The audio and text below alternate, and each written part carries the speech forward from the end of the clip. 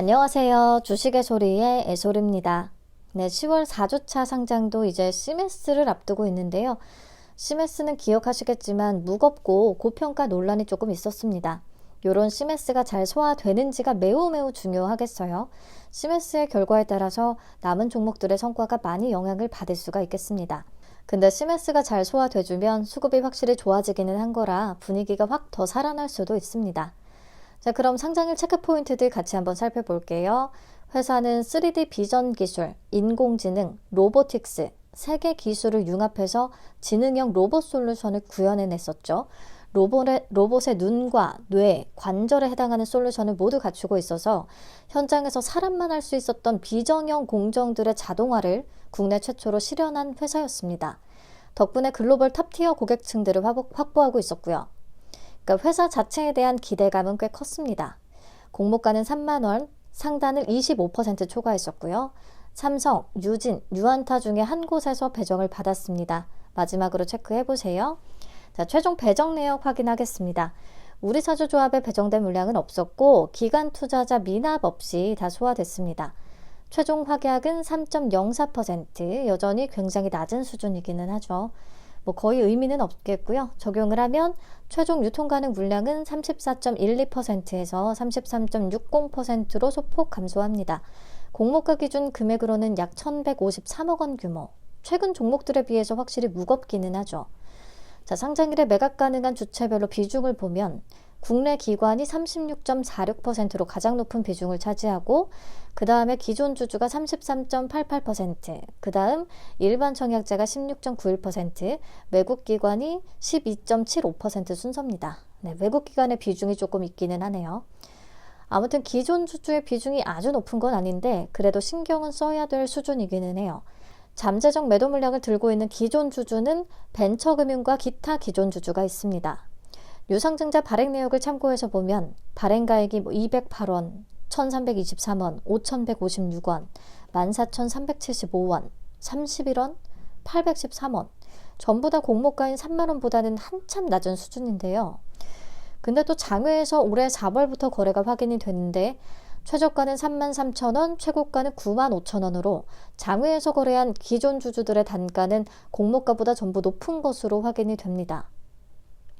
자, 그 밖에 미행사 주식 매수 선택권은 51만 8,544주가 있는데요.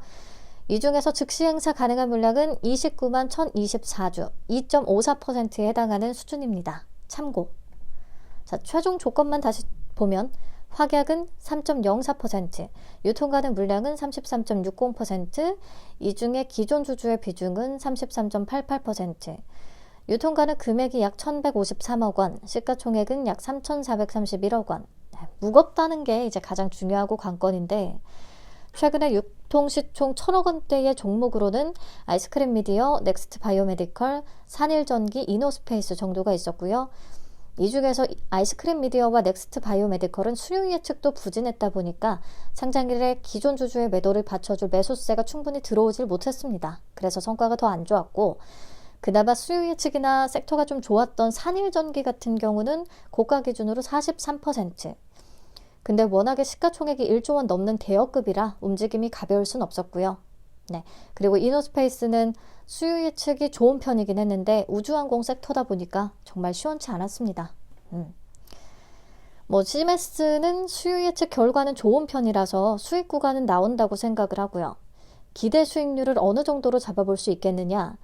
제가 수요 예측 영상에서 제 맘대로 주가 계산을 했을 때 26년 추정 순이익 할인 없이 적용을 하고 비교 기업 중에서 퍼가 너무 높았던 코그넥스는 제외한 평균 퍼 32.07배를 썼었거든요.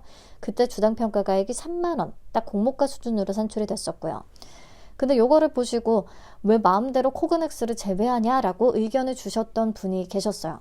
그래서 코그넥스를 포함해서 계산을 해보면 주당 평가가액은 약 42,207원으로 계산이 됩니다. 네, 공모가보다 41% 높은 수준. 물론 이게 적정 주가를 나타내진 않습니다. 그리고 장외를 살펴보면 장외에서 22일 기준으로 44,000원, 공모가보다 47% 높은 수준으로 잘 유지는 되고 있더라고요. 거래량이 많진 않지만.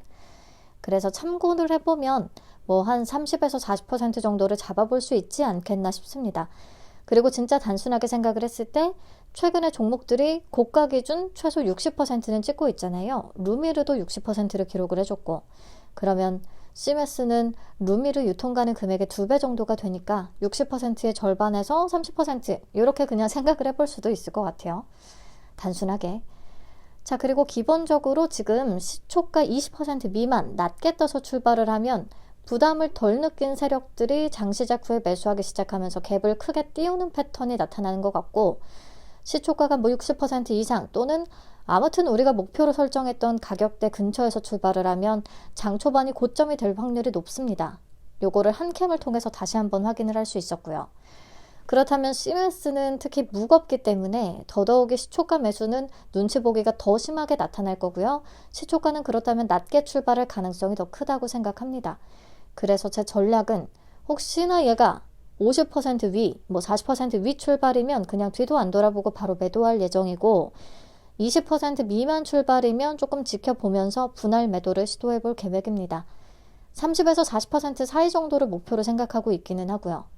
근데 또 이렇게 얘기를 하면 30-40%대에서 공모주주들이 다들 매도를 하고 우리가 다 판 뒤에 또 예상치 못한 수급이 유입이 될 수도 있습니다. 근데 그거는 어쩔 수 없는 부분이라고 생각을 하는 게 마음 편하죠. 안전하기도 하고. 네, CMS는 비례만 고려했을 때 유진투자증권 풀청약자 기준으로 손익분기점이 7% 정도, 균등 한 주까지 포함을 하면 손익분기가 6.2% 정도로 계산됩니다. 그래서 7% 위에서 팔면 순수익이 난다라고 생각을 하면 되겠고요. 예상을 뛰어넘어서 더 잘 가줬으면 좋겠습니다. 그러면 10월 고생에 대한 대가가 더 커질 수 있을 테니까요. 우리 고생할 거 아직도 남아있죠. 아무튼 CMS도 내일 아침에 보면서 같이 잘 팔아보도록 하겠습니다. 감사합니다. 안녕.